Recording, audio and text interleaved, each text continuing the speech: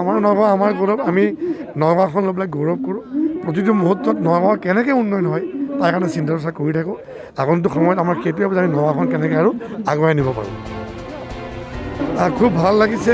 মই প্ৰথমৰ পৰাই কৈ আছিলোঁ, যি ধৰণে আমি আশা কৰিছিলোঁ ৰাইজে সেইধৰণে আমাৰ মৰম আশীৰ্বাদ দিছে আৰু বৰ্তমান শেষ হৈছে আমাৰ 19খন চলিলে। প্ৰায় 11,000তকৈ বেছি ভোটত আমি জয়লাভ কৰিছোঁ। ঘোষণা বাকী আছে এতিয়াও।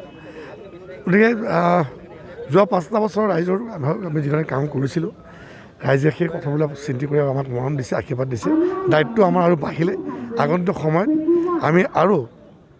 আমি ৰাইজে বিচৰা ধৰণে কাম কৰিবৰ কাৰণে আমি দৃঢ় প্ৰতিজ্ঞ আগন্তুক সময়ৰ কাৰণে।